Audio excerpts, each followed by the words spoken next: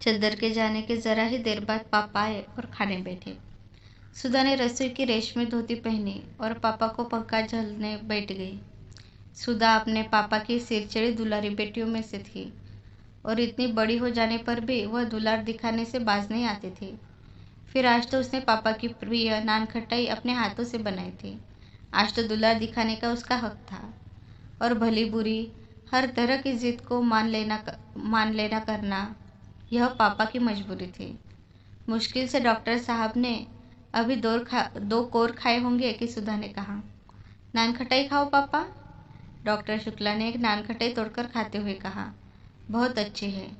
खाते खाते उन्होंने पूछा, सोमवार को कौन दिन है सुधा? सोमवार को कौन दिन है?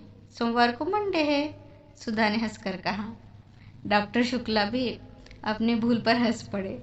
अरे देख तो, मैं कितना भुलक्कड़ हो गया हूँ। मेरा मतलब था कि सोमवार को कौन तारीख है? 11 तारीख। सुधा बोली, क्यों?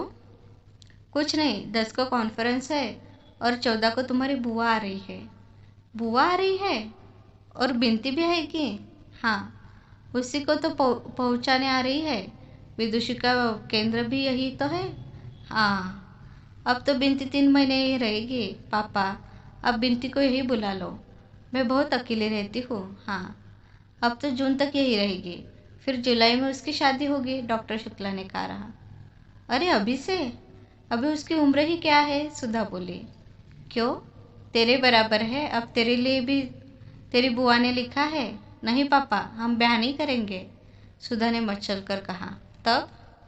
बस हम पढ़ेंगे, एएफ करेंगे, फिर बीए, फिर एमए, फिर रिसर्च, फिर बराबर पढ़ते जाएंगे। फिर एक दिन हम भी तुम्हारे बराबर हो जाएंगे। क्यों पापा? पागल नहीं तो?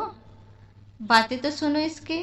ला, 2 नान खटाई और दो, शुक्ला हंसकर बोले। नहीं, पहले तो कबूल दो, हम नान खटाई तब देंगे। बताओ, ब्याह तो नहीं करोगे? सुधा ने 2 नान खटाइयाँ हाथ में उठाकर कहा, ला रख। नहीं, पहले बता दो। अच्छा अच्छा, नहीं करेंगे। सुधा ने 2 नान खटाइयाँ रखकर पंखा झलना शुरू कर दिया। इतने में फिर नान खटाइयाँ खाते हुए डॉक्टर शुक्ला बोले, तेरी सास तुझे देखने आएगी तो यही नान खटाइयाँ तुमसे बनवा कर खिलाएंगे। फिर वही बात, सुधा ने पंखा पटक कर कहा। अभी तुम वादा कर चुके हो कि ब्याह नहीं करेंगे। हाँ हाँ, ब्याह नहीं करूँगा, यह तो कह दिया मैंने, लेकिन तेरा ब्याह नहीं करूँगा यह मैंने कब कहा?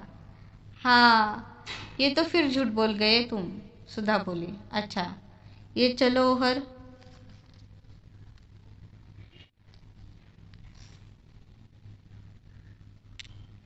महाराज जी ने डांट कर कहा, इतनी बड़ी बिटिया हो गई, मारे दुलार के बर्राने जाते। महाराज जी पुरानी थी और सुधा को डांटने का पूरा हक था, और सुधा भी उसका बहुत लिहाज करती थी। वो उठी और चुपचाप जाकर अपने कमरे में लेट गई। 12 बज रहे थे। वो लेटी लेटी कर रात की बात सोचने लगी। क्लास में क्यों मज़ा आया था? गेसु कितनी अच्छी लड़की है। इस वक्त गेसु के यहाँ खाना पीना हो रहा होगा और फिर सब लोग मिलकर गाएंगे। कौन जाने, शायद दोपहर को कव्वाली भी हो। इन लोगों के यहाँ कव्वाली इतनी अच्छी होती है, सुधा सुन नहीं पाएगी। और गेसु ने भी कितना बुरा माना होगा। और यह सब चंदर की वजह से। चंदर हमेशा उसके आने जाने उठने बैठने में कतर व्यर्थ करता रहता है। एक बार वह अपने मन से लड़कियों के साथ पिकनिक में चली गई। वही चंदर के बहुत से दोस्त भी थे। एक दोस्त ने जाकर चंदर से जाने क्या कह दिया कि चंदर उस पर बहुत बिगड़ा, और सुधा कितनी रोई थी उस दिन। यह चंदर बहुत खराब है। सच पूछो तो अगर कभी कभी वह कहना मान लेता है तो उसे दुगना सुधा पर रोब जमाता है और सुधा को रुला रुला कर मार डालता है, और खुद अपने आप दुनिया भर में घूमे गए। अपना काम होगा तो चलो सुधा, अभी करो फौरन। और सुधा का काम होगा तो अरे भाई क्या करे, भूल गए। अब आज भी देखो, आज 8 बजे आए और अब देखो 2 बजे भी जनाब आते नहीं, और कह देंगे 2 बजे तक के लिए, तो 2 बजे तक सुधा को चैन नहीं पड़ेगी, न नींद आएगी, न किसी काम में तबीयत लगेगी। लेकिन अब ऐसा काम कैसे चलेगा? इम्तिहान को कितने दिन रह गए हैं? और सुधा की तबीयत सिवा पोएट्री के और कुछ पढ़ने में लगती भी नहीं। कब से वह चंदर से कह रही है थोड़ा सा इकोनॉमिक्स पढ़ा दो, लेकिन ऐसा स्वार्थी है कि बस चाय पी ली, नान खटाई खा ली, रुला लिया और फिर अपने मस्त साइकिल पर घूम रहे हैं। यही सब सोचते सोचते सुधा को नींद आ गई और 3 बज गए। जब गेसु आई तो सुधा सो रही थी।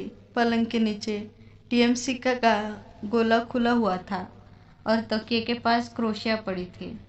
सुधा थी बड़ी प्यारी, बड़ी खूबसूरत, और ख़ास तौर से उसकी पलकें तो अपराजिता के फूलों को मात करती थी और थी इतनी गोरी गुदकारी कि कहीं पर दबा दो तो फूल खिल जाए। मूंगिया होठों पर जाने कैसा अछूता गुलाब मुस्कुराता था और बाहें तो ऐसी जैसे बेल की पंखुड़ियाँ ही बनी हो। गेसु आई। उसके हाथ में मिठाई थी जो उसकी माँ ने सुधा के लिए भेजी थी। वह पल भर खड़ी रही और फिर उसने मेज पर मिठाई रख दी और क्रोशिया से सुधा की गर्दन गुदगुदाने लगी। सुधा ने करवट बदल ली। गेसु ने नीचे पड़ा हुआ डोरा उठाया और आहिस्ते से उसका चुटीला डोरे के एक ओर से बांधकर दूसरे ओर मेज के पाए से बांध दिया और उसके बाद बोली, सुधा, सुधा उठो। सुधा चौंक कर उठ गई और आंखें मोलते मोलते बोली, अब 2 बजे है, लाए उन्हें या नहीं? ओहो, उन्हें लाए या नहीं? किसे बुलाया था रानी? 2 बजे, जरा हमें भी तो मालूम हो। गेसु ने बाह में चुटकी काटते हुए कहा। उफ़ो, सुधा बाज टक्कर बोली, मार डाला। बेदर्द कही कि ये सब अपने उन्हीं अख्तर मियाँ को दिखाया कर। और जो ही सुधा ने सिर ढकने के लिए पल्लू उठाया तो देखा कि चोटी डोर में बंधी हुई है। इसके पहले कि सुधा कुछ कहे, गेसु बोली, या सनम, जरा पढ़ाई तो देखो।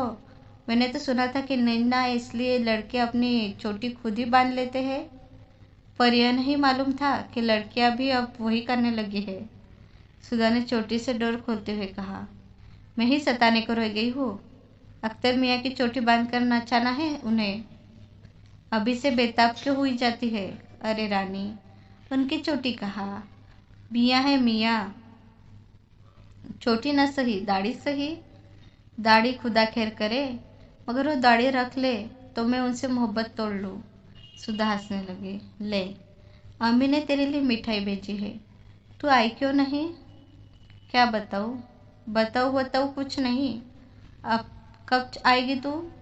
गेसु, सुनो, इसी मंगल नहीं, बृहस्पति को बुआ आ रही है, तो वो चले जाएंगी तब आऊँगी मैं। अच्छा, अब मैं चलूँ? अभी कामिनी और प्रभा के यहाँ मिठाई पहुँचानी है। गेसु मुड़ते हुए बोली, अरे बैठो भी। सुधा ने गेसु की ओढ़नी पकड़कर उसे खींचकर बिठलाते हुए कहा, अभी आए हो, बैठे हो, दामन संभाला है। हाँ, अब तो तू भी उर्दू शायरी करने लगी, गेसु ने बैठते हुए कहा। तेरा ही मर्ज लग गया, सुधा ने हंसकर कहा। देख, कहीं और भी मर्ज न लग जाए, वरना फिर तेरे लिए भी इंतजाम करना पड़ेगा। गेसु ने पलंग पर लेटते हुए कहा, अरे ये वो गुड़ नहीं कि छिटे खाए। देखूंगी और देखूंगी क्या? देख रही हूँ। इधर पिछले 2 साल से कितनी बदल गई हो। पहले कितना हंसती बोलती थी, कितनी लड़ती झगड़ती थी, और अब कितना हंसने बोलने पर भी गुमसुम हो गई तू। और वैसे हमेशा हंसते रहे चाहे, लेकिन जाने किस ख्याल में डूबी रहती है हमेशा। गेसु ने सुधा की ओर देखते हुए कहा। धत, पगली कही की। सुधा ने गेसु के एक हल्की सी चपट मारकर कहा, यह सब तेरे अपने ख्याली पुलाव है। मैं किसी के ध्यान में डूबूंगी? यह हमारे गुरुजी ने नहीं सिखाया। गुरु तो किसी के नहीं सिखाते सुधा रानी। बिल्कुल सच सच। क्या कभी तुम्हारे मन में किसी के लिए मोहब्बत नहीं जागी? गेसु ने बहुत गंभीरता से पूछा। देख गेसु, तुझसे मैंने आज तक तो कभी कुछ नहीं बताया, न शायद कभी छिपाऊंगी। अगर कभी कोई बात होती तो तुझसे छिपा न रहती। और हाँ, मोहब्बत का तो सच पूछूं तो मैंने जो कुछ कहानियों में पढ़ा है कि किसी को देखकर मैं रोने लगूं, गाने लगूं, पागल हो जाऊं, यह सब कभी मुझसे नहीं हुआ। और रही कविताओं की, उनमें की बातें तो मुझे बहुत अच्छी लगती है। किड्स की कविताएं पढ़कर ऐसा लगता है अक्सर कि मेरी नसों का कतरा कतरा आंसू बनकर छलकने लगा हो। लेकिन वह महज कविता का असर होता है। महज कविता का असर? गेसु ने पूछा। कभी किसी खास आदमी के लिए तेरे मन में हंसी या आंसू नहीं उमड़ते? कभी अपने मन को जांच कर तो देख, कहीं तेरे नाजुक ख्याली के पर्दे में किसी की एक सूरत तो नहीं छिपी है? नहीं गेसुबानो, नहीं नहीं। इनमें मन को जांचने की क्या बात है? ऐसी बात होती और मन किसी के लिए झुकता तो क्या खुद मुझे नहीं मालूम होता? सुधा बोली। लेकिन तुम ऐसे क्यों सोचती हो? बात यह है सुधा, गेसु ने सुधा को अपनी गोद में खींचते हुए कहा।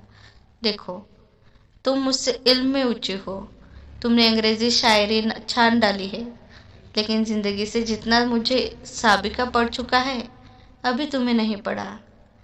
अक्सर कब कहा और कैसे मन अपने को हार बैठता है यह खुद हमें पता नहीं लगता। मालूम तब होता है जब जिसके कदम पर हमने सिर रखा है वह झटके से अपने कदम घसीट ले। उस वक्त हमारी नींद टूट जाती है और तब हम जाकर देखते हैं कि अरे, हमारा सिर तो किसी के कदमों पर रखा हुआ था और उनके सहारे आराम से सोते हुए हम सपना देख रहे थे कि हमारा सिर कहीं झुका ही नहीं। और मुझे जाने तेरी आंखों में इधर क्या दिख रहा है कि मैं बेचैन हो उठी हूँ। तूने कभी कुछ नहीं कहा, लेकिन मैंने देखा कि नाजुक अशार तेरे दिल को उस जगह छू लेते हैं जिस जगह उसी को छू सकते हैं जो अपना दिल किसी के कदमों पर चढ़ा चुका है। और मैं यह नहीं कहती कि तूने मुझसे छिपाया है। कौन जानता है तेरे दिल ने खुद तुझसे यह राज छिपा रखा हो। और सुधा के गाल थपथपाते हुए गेसु बोली। लेकिन मेरी एक बात मानेगी तू? तू कभी इस दर्द को मोल न लेना, बहुत तकलीफ होती है। सुधा हंसने लगी। तकलीफ की क्या बात, तू तो है ही, तुझसे पूछ लूंगी उसका इलाज। मुझसे पूछकर क्या कर लेगी? दर्द दिल क्या बांटने की चीज़ है? बांट ले अपने पराये दर्द दिल। नहीं, तू बड़ी सुकुवार है, तू इन तकलीफ़ों के लिए बड़ी नहीं है चंपा। और गेसु ने उसका सिर अपनी छाती में छिपा लिया। टन से घड़ी में 3:30 बजाए।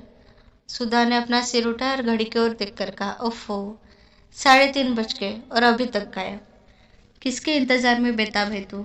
गेसु ने उठकर पूछा। बस दर्द दिल, मोहब्बत, इंतजार, बेताबी, तेरे दिमाग में तो यही सब भरा रहता है। आजकल वही तू सबको समझती है। इंतजार इंतजार नहीं, चंदर अभी मास्टर लेकर आएंगे। अब इम्तिहान कितना नज़दीक है। हाँ, ये तो सच है। और अभी तक मुझसे पूछ क्या पढ़ाई हुई है। असल बात तो यह है कि कॉलेज में पढ़ाई हो तो घर में पढ़ने में मन लगे। और राजा, कॉलेज में पढ़ाई नहीं होती, इससे अच्छा सीधे यूनिवर्सिटी में बीए करते तो अच्छा था। मेरी तो अम्मी ने कहा कि वहाँ लड़के पढ़ते हैं, वहाँ नहीं भेजूंगी। लेकिन तू क्यों नहीं गई सुधा? मुझे भी चंदर ने मना कर दिया था, सुधा बोली। सहसा गेसु ने एक क्षण को सुधा की ओर देखा। सुधी, तुझसे एक बात पूछूं? हाँ। अच्छा, जाने दे, पूछो ना। नहीं, पूछना क्या, खुद जाहिर है। क्या? कुछ नहीं, पूछो ना। अच्छा, फिर कभी पूछ लेंगे, अब देर हो रही है, आधा घंटा हो गया। कोचवान बाहर खड़ा है। सुधा गेसु को पहुंचाने बाहर तक आई। कभी हसरत को लेकर आओ, सुधा बोली। अब पहले तुम आओ, गेसु ने चलते चलते कहा। हाँ, हम तो बिनती को लेकर आएंगे और हसरत से कह देना तभी उसके लिए तोहफा लाएंगे। अच्छा, सलाम। और गेसु की गाड़ी मुश्किल से फाटक के बाहर गई होगी कि साइकिल पर चंदल आते हुए दिख पड़ा। सुधा ने बहुत गौर से देखा कि उसके साथ कौन है, मगर वह अकेला था। सुधा सचमुच झल्ला गई। आखिर लापरवाही की हद होती है। चंदर को दुनिया भर के काम याद रहते हैं, एक सुधा से जाने क्या खार खाए बैठा है कि सुधा का काम कभी नहीं करेगा। इस बात पर सुधा कभी कभी दुखी हो जाती है और घर में किससे वह कहे काम के लिए। खुद कभी बाजार नहीं जाती, नतीजा यह होता है कि वह छोटी से छोटी चीज़ के लिए मोहताज होकर बैठ जाती है और काम नौकर से करवा भी ले, पर अब मास्टर तो नौकर से नहीं ढूंढवाया जा सकता, उन तो नौकर नहीं पसंद कर सकता, किताबों को नौकर नहीं ला सकता, और चंदर का यह हाल। इसी बात पर कभी कभी उसे रुलाई आ जाती है। चंदर ने आकर बरामदे में साइकिल रखी और सुधा का चेहरा देखते ही वह समझ गया। काहे मुंह बना रखा है, 5 बजे मास्टर साहब आएंगे, अभी उन्हीं के यहाँ से आ रहे हैं, बिसरिया को जानती हूँ, वही आएंगे। और उसके बाद चंदर सीधा स्टडी रूम में पहुँच गया। वहाँ जाकर देखा तो आराम कुर्सी पर बैठे ही बैठे डॉक्टर शुक्ला सो रहे थे। अतः उसने अपना चार्ट और पेन उठाया और ड्राइंग रूम में आकर चुपचाप काम करने लगा। बड़ा गंभीर था वह। जब इंक घोलने के लिए उसने सुधा से पानी नहीं मांगा और खुद गिलास लाकर आंगन में पानी लेने गया, तब सुधा समझ गई कि आज दिमाग कुछ बिगड़ा है। वह एकदम तड़प उठी। क्या करे वह? वैसे चाहे वह चंदन से कितना भी ठीक क्यों न हो, पर चंदन गुस्सा रहता था तब सुधा की रूह कांप उठती थी। उसकी हिम्मत नहीं पड़ती थी कि वो कुछ भी कहे, लेकिन अंदर ही अंदर वह इतनी परेशान हो उठती थी कि बस। कई बार वह किसी न किसी बहाने से ड्राइंग रूम में आई, कभी गुलदस्ता बदलने, कभी मेज़पोश बदलने, कभी अलमारी में कुछ रखने, कभी अलमारी से कुछ निकालने, लेकिन चंदर अपने चार्ट में निगाह गड़ाए रहा। उसने सुधा की ओर देखा तक नहीं। सुधा के आंख में आंसू छलक आए और वह चुपचाप अपने कमरे में चली गई और लेट गई। थोड़ी देर वह वहीं पड़ी रही। पता नहीं क्यों फुट फुट कर रो पड़ी। खूब रोई और फिर मुंह धोकर आकर पढ़ने की कोशिश करने लगी। जब हर अक्षर में उसे चंदर का उदास चेहरा नजर आने लगा, उसने किताब बंद करके रख दी और ड्राइंग रूम में गई।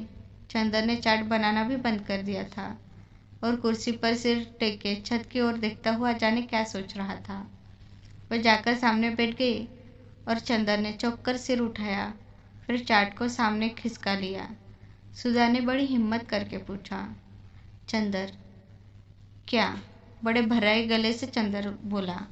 इधर देखो, सुधा ने बहुत दुलार से बोला। क्या है? चंदर ने उधर देखते हुए कहा। अरे सुधा, तुम क्यों रो रही हो? हमारी बात पर नाराज हो गई तुम? हम क्या करें, हमारा स्वभाव ही ऐसा हो गया। पता नहीं क्यों तुम पर इतना गुस्सा आ जाता है। सुधा के गाल पर 2 बड़े बड़े मोती ढलक आए। अरे पगली, मालूम होता है तुम्हारा तो दिमाग बहुत जल्दी खराब हो जाएगा। हमने तुमसे कुछ कहा है? कह लेते तो हमें संतोष हो जाता। हमने कभी कहा तुमसे कि तुम कहा मत करो, गुस्सा मत हुआ करो, मगर तुम तो फिर गुस्सा मन ही मन छुपाने लगते हो। इसी पर हमें रुलाई आ जाती है।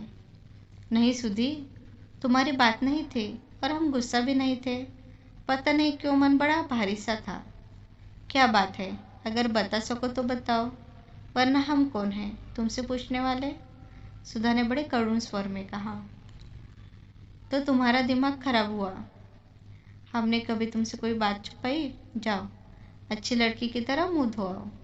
सुधा उठी और मुंह धोकर आकर बैठ गई। अब बताओ क्या बात थी? कोई एक बात हो तो बताओ।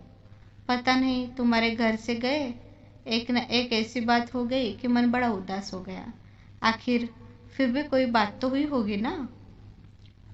बात यह हुई कि तुम्हारे यहाँ से घर गया खाना खाने, वहाँ देखा चाचा जी आए हुए थे। उनके साथ एक कोई साहब और थे। खैर बड़ी खुशी हुई। खाना वाना खाकर जब बैठे तब मालूम हुआ कि चाचा जी मेरा ब्याह तय करने के लिए आए हैं और साथ वाले साहब मेरे होने वाले ससुर हैं। जब मैंने इनकार कर दिया तो बहुत बिगड़ कर चले गए और बोले, हम आज से तुम्हारे लिए मर गए और तुम हमारे लिए मर गए। तुम्हारी माताजी कहाँ है?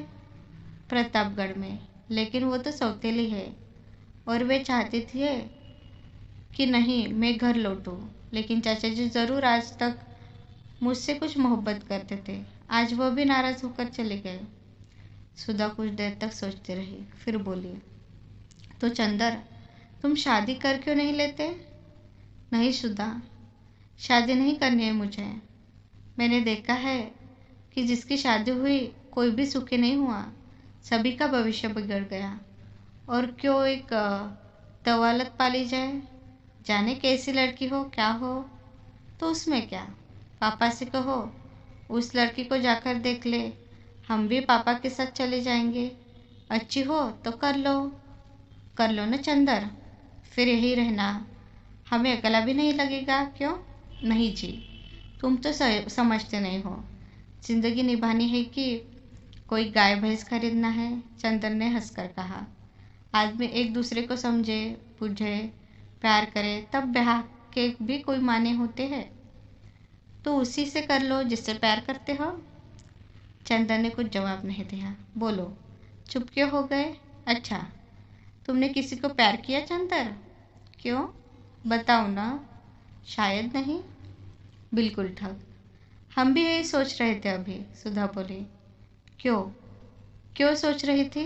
इसलिए कि तुमने किया होता तो तुम हमसे थोड़ी ही छुपाते, हमें ज़रूर बताते, और नहीं बताया होता तो हम समझ गए कि तुम किसी से प्यार नहीं किया। लेकिन तुमने यह क्यों पूछा सुधा? यह बात तुम्हारे मन में कैसे उठी? कुछ नहीं, अभी गेसु आई थी, वो बोली, सुधा तुमने किसी से कभी प्यार किया है? असल में वह अख्तर को प्यार करती है, उससे उसका विवाह होने वाला है। हाँ, तो उसने पूछा कि तूने किसी से प्यार किया है? हमने कहा नहीं। बोली, तू अपने से छिपाती है। तो हम मन ही मन सोचते रहे कि तुम आओगे तो तुमसे पूछेंगे कि हमने कभी प्यार तो नहीं किया है, क्योंकि तुम ही एक हो जिससे हमारा मन कभी कोई बात नहीं छिपाता। अगर कोई बात छिपाई भी होती हमने तो तुम्हें ज़रूर बता देती। फिर हमने सोचा शायद कभी हमने प्यार किया है हो और तुम्हें बताया हो, फिर हम भूल गए हो। अभी उसी दिन देखो, हम पापा की दवाई का नाम भूल गए और तुम्हें याद रहा। शायद हम भूल गए हो और तुम्हें मालूम हो कभी हमने प्यार तो नहीं किया ना। नहीं, हमें तो नहीं बताया, चंदर बोला। तब तो हमने प्यार व्यार नहीं किया। गेसु ही गप उड़ा रही थी। सुधा ने संतोष की सांस लेकर कहा, लेकिन बस चाचा जी के नाराज होने पर तुम इतने दुखी हो गए हो जाने तो नाराज, पापा तो है भी। क्या पापा मोहब्बत नहीं करते तुमसे? सो क्यों नहीं करते, तुमसे ज़्यादा मुझसे करते हैं। लेकिन उनकी बात से मन तो भारी हो ही गया। उसके बाद गए बिसरिया के यहाँ। बिसरिया ने कुछ बड़ी अच्छी कविताएं सुनाई और भी मन भारी हो गया। चंदर ने कहा, लो, तब तो चंदर तुम प्यार करते होगे ज़रूर से। सुधा ने हाथ पटक कर कहा, क्यों? गेसु कह रही थी, शायरी पर जो उदास हो जाता है वह ज़रूर मोहब्बत करता है। सुधा ने कहा, अरे यह पोर्टिको में कौन है? चंदर ने देखा। लो, बिसरिया आ गया। चंदर ने उसे बुलाने उठा तो सुधा ने कहा, अभी बाहर बिठलाना उन्हें, मैं तब तक कमरा ठीक कर लूँ। बिसरिया को बाहर बिठाकर चंदर भीतर आया अपना चाट वगैरह समटने के लिए। तो सुधा ने कहा, सुनो। चंदर रुक गया। सुधा ने पास आकर कहा, तो अब तो उदास नहीं हो तुम? नहीं चाहते मत करो शादी, इसमें उदास क्या होना? और कविता वविता पर मुंह बनाकर बैठे तो अच्छी बात नहीं है। अच्छा, चंदर ने कहा, अच्छा नहीं, बताओ। तुम्हें मेरी कसम है, उदास मत हुआ करो, फिर हमसे कोई काम नहीं होता। अच्छा, उदास नहीं होंगे पगली, चंदर ने हल्की सी चपट मारकर कहा, और बस उसके मुंह से एक ठंडी सांस ली। उसने चाट उठाकर स्टडी रूम में रखा। देखा डॉक्टर साहब अभी भी सो रहे हैं। सुधा कमरा ठीक कर रही थी। वह आकर बिसरिया के पास बैठ गया। थोड़ी देर में कमरा ठीक करके सुधा आकर कमरे के दरवाजे पर खड़ी हो गई। चंदर ने पूछा, क्यों, सब ठीक है? उसने सिर हिला दिया, कुछ बोली नहीं। यही है आपकी शिष्या सृष्टि सुधा शुक्ला, इस साल बीए फाइनल का इम्तिहान देगी। बिसरिया ने बिना आंखें उठाए ही हाथ जोड़ लिए। सुधा ने हाथ जोड़े, फिर बहुत सकूचा सी गई। चंदर उठा और बिसरिया को लाकर उसने अंदर बिठा दिया। बिसरिया के सामने सुधा और उसके बगल में चंदर। चुप, सभी चुप। अंत में चंदर बोला, लो, तुम्हारे मास्टर साहब आ गए। अब बताओ ना तुम्हें क्या पढ़ना है। सुधा चुप। बिसरिया कभी यह पुस्तक उलटता कभी वह। थोड़ी देर बाद वो बोला, आपके क्या विषय है। जी। बड़ी कोशिश से बोलते हुए सुधा ने कहा, हिंदी, इकोनॉमिक्स और गृह विज्ञान। और उसके माथे पर पसीना झलक आया। आपको हिंदी कौन पढ़ाता है। बिसरिया ने किताब में ही निगाह गड़ाए हुए कहा। सुधा ने चंदन की ओर देखा और मुस्कुराकर फिर मुंह झुका लिया। बोला ना तुम खुद, ये राजा गर्ल्स कॉलेज में है, शायद मिस पवार हिंदी पढ़ाती है। चंदन ने कहा, अच्छा अब आप पढ़ाइए, मैं अपना काम करूं। चंदन उठकर चल दिया। स्टडी रूम में मुश्किल से चंदन दरवाजे तक पहुंचा होगा कि सुधा ने बिसरिया से कहा, जी मैं पेन ले आऊं। और लपकती हुई चंदर के पास पहुंची। ये सुनो चंदर। चंदर रुक गया और उसका कुर्ता पकड़कर छोटे बच्चे की तरह मचलते हुए सुधा बोली, तुम चलकर बैठो तो हम पढ़ेंगे, ऐसे शर्म लगती है। जाओ चलो, हर वक्त वही बचपना। चंदन ने डांट कर कहा। चलो पढ़ो सुधा सही से, इतनी बड़ी हो गई अभी तक वही आदतें। सुधा चुपचाप मुंह लटकाकर खड़ी हो गई और फिर धीरे धीरे पढ़ने लगी। चंदन स्टडी रूम में जाकर चाट बनाने लगा। डॉक्टर साहब अभी तक सो रहे थे। एक मक्खी उड़कर उनके गाल पर बैठ गई और उन्होंने बाएं हाथ से मक्खी मारते हुए नींद में कहा, मैं इस मामले में सरकार की नीति का विरोध करता हूँ। चंदन ने चौंक कर पीछे देखा। डॉक्टर साहब जग गए थे और जमुहाई ले रहे थे। जी आपने मुझसे कुछ कहा। चंदन ने पूछा। नहीं, क्या मैंने कुछ कहा था। ओह, मैं सपना देख रहा था। के बज गए। 5:30। अरे बिल्कुल शाम हो गई। डॉक्टर साहब ने बाहर देखकर कहा, अब रहने दो कपूर, आज काफ़ी काम किया है तुमने। चाय मंगवाओ। सुधा कहाँ है। पढ़ रही है। आज से उसके मास्टर साहब आने लगे हैं। अच्छा अच्छा, जाओ उन्हें भी बुला लाओ और चाय भी मंगवा लो। उससे भी बुला लो सुधा को। चंदर जब ड्राइंग रूम में पहुंचा तो सुधा किताबें समेट रही है और बिसरिया जा चुका है। उसने सुधा से कहना चाहा, लेकिन सुधा का मुंह देखते उसने अनुमान किया कि सुधा लड़ने के मूड में है। अतः वह स्वयं ही जाकर महाराज जी से कह आया कि 3 प्याला चाय पढ़ने के कमरे में भेज दे। जब वह लौटने लगा तो खुद सुधा ही रास्ते में उसे खड़ी मिल गई और धमकी के स्वर में बोली, अगर कल से साथ नहीं बैठोगे तुम तो हम नहीं पढ़ेंगे। हम साथ नहीं बैठ सकते, चाहे तुम पढ़ो या न पढ़ो। चंदन ने ठंडे स्वर से कहा और आगे बढ़ा। तो फिर हम नहीं पढ़ेंगे। सुधा ने जोर से कहा। क्या बात है, क्यों लड़ रहे हो तुम लोग। डॉक्टर शुक्ला अपने कमरे से बोले। चंदर कमरे में जाकर बोला, कुछ नहीं, ये कह रही थी कि पहले हम कहेंगे। बात काटकर सुधा बोली, पापा हमने इनसे कहा कि तुम पढ़ाते वक्त बैठा करो, हमें बहुत शर्म लगती है। ये कहते हैं पढ़ो चाहो चाहे या ना पढ़ो, हम नहीं बैठेंगे। अच्छा अच्छा, जाओ चाय लाओ। जब सुधा चाय लाने गई तो डॉक्टर साहब बोले, कोई विश्वास पात्र लड़का है अपने घर की लड़की समझकर सुधा को सौंपना पढ़ने के लिए। सुधा आप बच्चे नहीं हैं। हाँ हाँ, अरे यह भी कोई कहने की बात है। हाँ, वैसे अभी तक सुधा तुम्हारी निगरबानी में रही है। तुम खुद ही अपनी जिम्मेदारी समझते हो। लड़का हिंदी में एमए है। हाँ, एमए कर रहा है। अच्छा है, तब तो बिनती आ रही है, उसे भी पढ़ा देगा। सुधा चाय लेकर आ गई थी। पापा तुम लखनऊ कब जाओगे। शुक्रवार को। क्यों। और ये भी जाएंगे। हाँ, और हम अकेले रहेंगे। क्यों। महाराज जी नहीं सोएगी और अगले सोमवार को हम लौट आएंगे। डॉक्टर शुक्ला ने चाय का प्याला मुंह से लगाते हुए कहा।